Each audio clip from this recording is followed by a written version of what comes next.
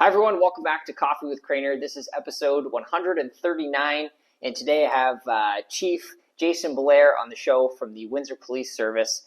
And a little bit about Chief Bellaire. After joining the Windsor Police Service in 1995, he worked as a uniform patrol officer in 2001, and then from 2001 to 2012, Chief Bellaire worked in a variety of specialty units, and then in 2018, he became an inspector before his work as the Deputy Chief of Operations in 2020, and then following that, Acting Chief in 2022, and now Permanent Chief in, was that last year, the end of last year?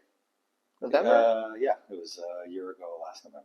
Yes, so he's been in the role as a Permanent Chief, I guess you could say, for about a year now, and we're going to be talking all about his role from officer to chief and the exciting things happening at the Windsor Police Force. Yeah, Thanks great. for being here. Yeah, congratulations on all these.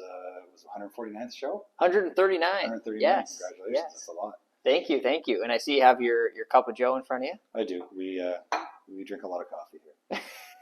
Where's besides, because I know that was an espresso machine. Yeah. Besides that, where's your favorite place? I have a few because I really like coffee. I really like espresso. So at home, of course, I like the way that we make it at home. But it depends where I'm at. So if I'm in downtown Windsor, I tend to go to the March 21st Cafe or on Pleasure. Sometimes we go to the Coffee Exchange downtown as well. Mm-hmm. Both places make really good coffee. And then if I'm in, for example, Amherstburg, my wife and daughters will often go to Caffeine and Company where they buy the desserts and everything. And then I like to kind of spread it around. And I originally was going to is it the Downtown Espresso Bar? Yep. Is that the one in Amherstburg on the Dalhousie there? It's been there for ages. Yeah, just reliable, great traditional espresso. And then most recently, I went to Flow Cafe. Yep. We had an event there the other day. It's the first time I've been there since they opened, and the coffee was excellent. Awesome. Yeah, really good. So I tip my hat to the proprietor there who delivered a very good cup of espresso. Okay, so you know your coffee well. Yeah. Yes. Yeah, I like my coffee. Yeah, well, you have to imagine in this role, it's high stress, right, and busy, long hours, and so. But yeah, how did you become inspired to enter a career in law enforcement? How did that all happen? To be fully transparent about it, I wasn't inspired to do it. Someone inspired me. So I was bartending. I was going to university, and I was graduating. I just traveled across Europe with some friends. I went backpacking across Europe in the early 90s. Mm-hmm. And then I was graduating from university. I really didn't know what I was going to do. My mother really, really wanted me to go to law school. Obviously, I never did that. And then a high-ranking member of the RCMP was down in Windsor for the summer for an assignment, and he actually listened to me. He was a regular daytime. Him and his wife would come in for lunch and maybe a drink. I was at a marina bar, and he talked to me about what I wanted to do. He had done his homework about me. He'd watched me for a while. Then he sat down. Well, he took me aside, asked me to sit down, and he says, "I think this would be a good career for you." And at the time, he had said, if you want to see the world, you can see the world, and the RCMP will pay for it. And that really hooked me in. And then, of course, I was dating my wife at the time. Through some conversation, we talked about maybe staying local, but there were not a lot of jobs back then. It was very competitive to get into the police. It was competitive to if you weren't an engineer, there wasn't really a lot for you back then. And I applied to both. And the Windsor Police ended up hiring me, and I stayed. And I went right from university. Actually, didn't even write my final exams. I was hired. And the turnaround was so quick, I went right to police college. Wow. And, at 22 years old, I was finished school, and I was a police officer. And it was, I'm really, I always remember that somebody came to me with that. So I do that a lot. I extend that outreach to people to see if they're, interested in a career in policing. So what do you think about that RCMP officer? What did they see in you that made them think, hey, this would be a good role? I would say that, when you join something like the OPP or the RCMP,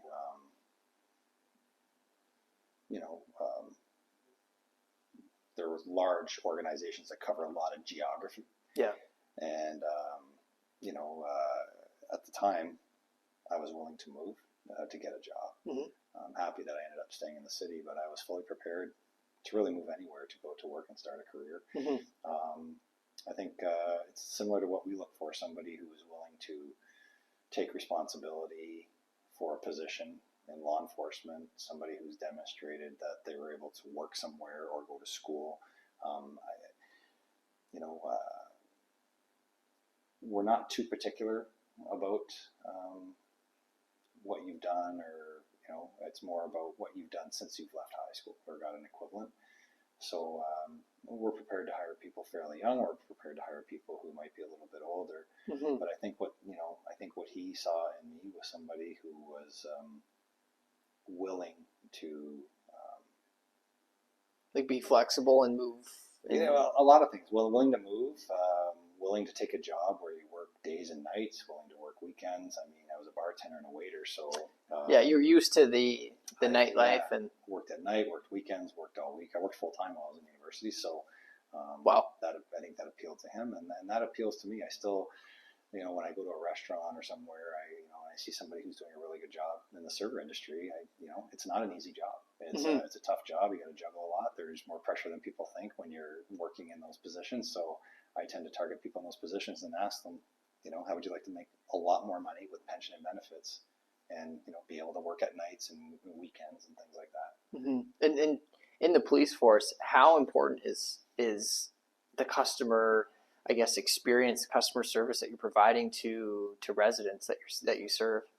Well, it's very important. I mean, it'll tie into things I'm sure we'll talk about later, but trust and confidence is it's the key commodity. It's what we trade in at the Windsor Police or in our industry, and people have to believe in their police service. You don't have to like what decisions we make some days. Sometimes what we do may not be popular with some people's opinions, but we have to follow legislation. We have to follow policies, and I think if it were possible to act outside of that, we would at times, but there's times that we're just constrained by that, and that's important. So I think people in the end, really in the final analysis, people will evaluate their police service by how they treat people in the community, including those people that we come into contact with through negative interactions, including arrests or things like that. And it's funny. I answered an email or just read an email that we will answer, but it was from someone that we arrested the other day who actually wanted to commend, apologize, which is not necessary, but more importantly, made a comment about being treated fairly and humanely by the officers that had arrested him. So, and you probably don't hear that too often. No, but it does happen, and we do get those. We do get those emails that they respect the laws that you've enforced.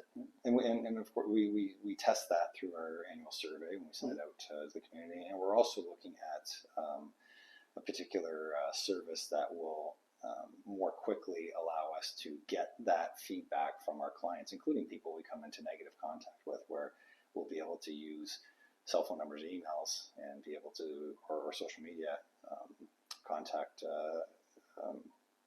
information, and be able to, in a quick turnaround, send that information out, asking people about what their experience was with the Windsor Police. And it's hard for people to digest that, I think. And at first blush, I think our members would be like, well, what can I expect to happen to me because of that? But that's not what it's about. It's not about targeting there. It's more about service delivery to the community and looking for broader trends of things we can do better, which would come back perhaps to training or to policies and things like that, like any other company would do. Yeah. No, I think it's a great idea, and the clients, the taxpayers would appreciate the service improving for sure. Now, going into your role a little bit, for those that don't know, or they look at, okay, the chief's role is the figurehead of the service. Can you walk us through what's a day in the life of Chief Bellaire? Yeah, it's a busy day, and it's a lots of coffee. Day. Yeah, lots of coffee. Most nights I don't get to bed. I'm usually doing something for work, usually till somewhere around 11 p.m. or so. Not straight through, but I am tending to work. we are a plugged-in organization, so while we respect people to have the right to not have to answer calls or emails, we're exempted from that because we're an emergency responder service and we're a 24-hour service. So it is important for certain members of our organization to be plugged in at all times. Not that they're bothered at all times, but we don't get to decide when something important happens or when someone needs to hear something important from somebody. Yeah. So I'll work in through, like tonight I have an event, a work event. I have a lot of those. It's a day in the life is just, it starts really early. So sometimes our favorite minister, Minister Kersner, the Solicitor General in Ontario, he will call me 6 or 6:30 in the morning. He checks in with the chiefs a lot. They're very very dialed in provincial government in terms of talking to the leaders of their police organization. Excellent. So most mornings I'm up anywhere from 4:30 to 6:30, depending on what's going on. And then we have a lot of meetings, as you can imagine at work. We try not to have meetings just to have meetings. Yeah. But frequent meetings about the metrics that measure our organization, like what are the KPIs that our police service are measured to on a daily basis for service delivery for the community. So when you walk in this office, I know you can't see it with your camera here, but you'll see this particular dashboard up in most of our senior leadership team's offices and others, because we have a set standard of metrics that we key in on when we talk about performance of our organization and service delivery to our community. And everything kind of flows from that. So, of course, I have my provincial networking or national networking, but a lot of it is having meetings to support the leaders we have in this organization at the lower level that are leading the individuals to address those particular things like response time to 911 calls, escalation or increase in violent crime or property crime, like all the things that you think we would probably be doing. You're correct. That's what we're doing. Yeah. You're tracking it, and you're seeing where things are each year. And I know in Amherstburg we continue to see a record number of speeding tickets. Yeah.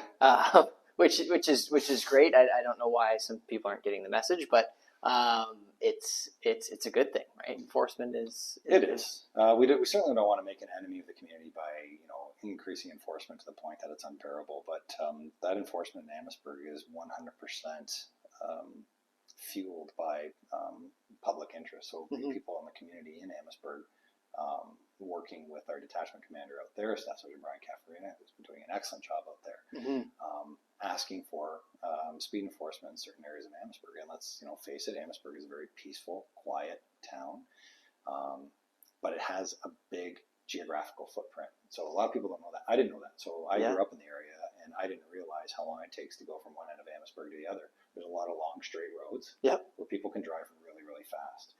So we do our best to meet those needs from those complaints. But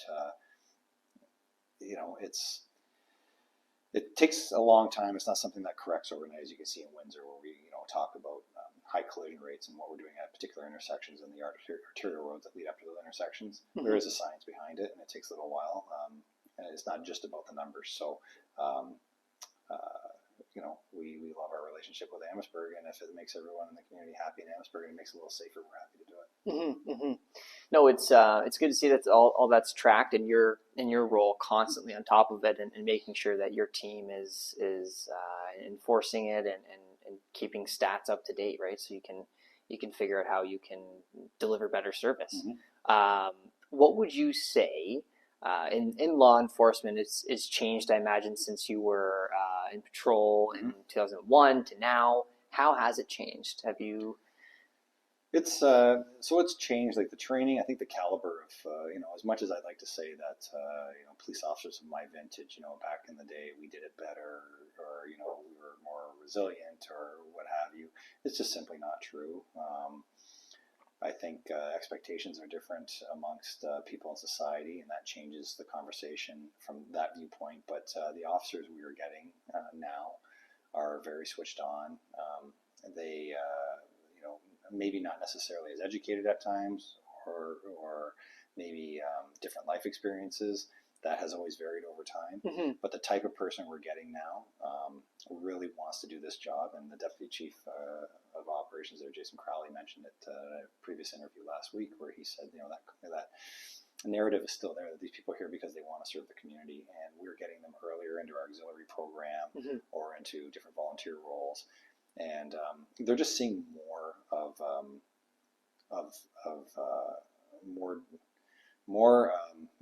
a bigger inventory of a certain type of call, and more calls for service in a growing community. So I would say that probably back in the 90s, when I was a police officer on the streets, Windsor was a far more violent community. We dealt with quite a bit of violence, and now we still deal with violence and property crime, but we deal with what appears to be an incessant volume of calls for service related to health and human services. So mental health, addiction, the homelessness issue that we have in the city. People experiencing homelessness is far more than when I was younger on the job, and we almost knew everybody by name. Who was homeless, and actually we took care of them in a different kind of way. We'd find them places to go, and now with limitations on shelter space or attainable housing, and people forget that it's a growing community. We're not, we're bigger than we were not just 20 years ago. We're bigger than we were 2 years ago. So there's just the compounding problem of all these health and human services issues that are being put on police officers have changed the way an officer has to respond, or the way a communicator, a 911 communicator has to respond, or how our special constables and our detention unit and courts are dealing with people. It's all different. It's more complex, and there's more of it, and that creates a problem for us as an organization, because that's an intake of workload that is not generating any sort of benefit at the end for anybody, because ultimately we have the police as the primary responder for a lot of these issues, and that's probably not the way that we would ideally construct our society in terms of emergency response. Most people, their first instinct is to call the police versus perhaps other types of emergency service responders. Well, in other cases, who would they call? Yeah. So the other services haven't pivoted really to the degree maybe the police have, or they have not evolved as an organization or as an industry the way we have. We change all the time to meet the needs, and maybe because community expectations on us are almost without any objection.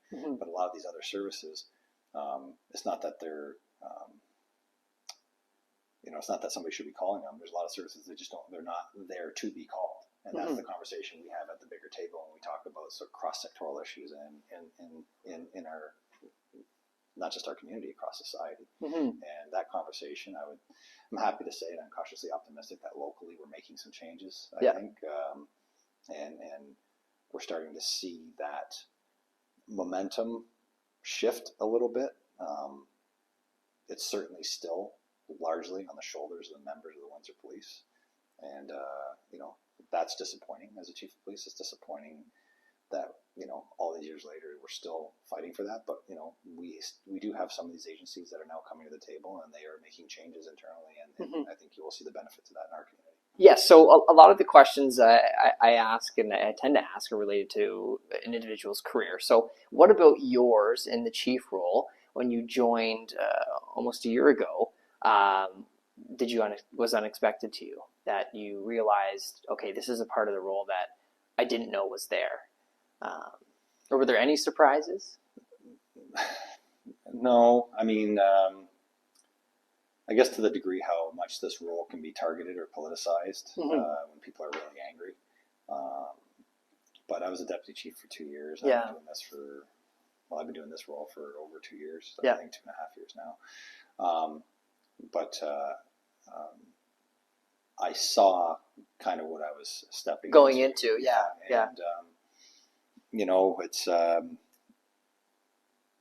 it's not something that I expected in my career. I always thought I did a decent job as a police officer. I was a career police officer, spent almost my entire career in police operations. So I did not have a lot of administrative experience. And then sort of the latter part of my career, I was promoted a couple times where, I had to learn the administrative part of the position. And, that's where you start to look back at people who inspired you in different parts of your career, or you looked, around you to people who do this type of work really well. So I have a network of people that I can call that are in chief roles, and Yep. I have this subcategory list of people who I worked with over the years that may not be in the industry anymore, but who really defined leadership to me, and I'm not too ashamed to make phone calls to people who are younger than me or less experienced, and quite frankly, people that are below me in terms of rank in this organization. A lot of them have very good ideas and a very good grip on what's going on in policing, and I think nothing of asking them their opinion, because in this particular senior leadership team, there's a lot of really good ideas, good opinions, and I really value that, because if I didn't have that, I don't know how I would do this job. And when you first entered the force, did you always know you wanted to climb the leadership ladder? No, I'd be very wary about working with someone when you're brand new who's immediately telling you they want to be chief or something like that. So I want your job. Yeah, I didn't, and it's not for anything other than that. You really join this job because you want the action and you want to help people, and you don't mind working weekends and nights and holidays. Mm-hmm. And there really is an honorable part to this profession where you sign up and you agree to be that person that runs to trouble when everyone else is running away. And it's not infrequent for me to have to provide my signature or some recognition for somebody who's jumped in the Detroit River, which we've had I don't know how many times. It's a dangerous place to jump into, and yet our members do it without any question. They run into fires. They save people's lives, perform CPR, and I do expect them to do that. I do expect my people to do all that. I expect my colleagues to do it. I expect everybody I worked with to do it. But when they do it, it should be acknowledged. Mm-hmm. And that's something that I wish people would always remember, that when they see police on the side of the road dealing with somebody, or they see something they didn't like about the police, or they something gets too politicized, even though it really is just police doing their job. Just remember that there's a good chance that somebody you're looking at in one of these uniforms did something like that in the recent past. Mm-hmm. It's that's what you come here for. You don't come here to be a chief, and in fact, it's most times terribly uncomfortable for me in this role. It's very, very hard to get comfortable in this role. It's probably not great for me to say that. I'm sure some people don't want to hear that. Mm-hmm. But it's something. People appreciate the honesty, though. Yeah. Yeah, and it's just it's tough to be comfortable in this role, because I didn't expect to be here, and I really miss being a police officer. I guess I'm still technically a police officer, but I miss being a real cop that used to go do things. I really liked working in the middle of the night answering 911 calls, and things like that. So it was in my nature, and I still come in at work sometimes at night. I have to be careful. I don't want to upset the members of Windsor Police, because I can get in their way too. So despite the fact that I might come in on a Saturday night and go out there in the street and watch what's going on, I don't want to distract them from their job, because the work they do is very important. So I need to make sure that if I'm coming in at night, or if I'm doing something, I'm doing it for a reason, and I communicate that. Yes. And my final question to you, and I ask this quite often, if a young Jason Bellaire walked through the door and was about to enter the service, what advice would you give to him? I would say one of the things I wish I would have done early in my career is when I watched somebody make a spectacular decision, or they seem to be always making the right decision, that their actions are well thought out, and that what they do is legal, lawful, ethical, all that. Ask them how, not be afraid to say, how did you work out this decision? How did you land on what you just did, what were your actions? Because I started doing that later in my career, and actually I've even called an old mentor of mine and asked her, from 15 years ago, and said, when we did this one particular thing, how did you get to the decision you were? Because I understand, now that I'm here, I understand the complexity behind that decision. So being willing to ask people how they got to their successes, will serve everybody well. I wish I had done more of that. I think that would have prepared me more for the last couple of roles I was in.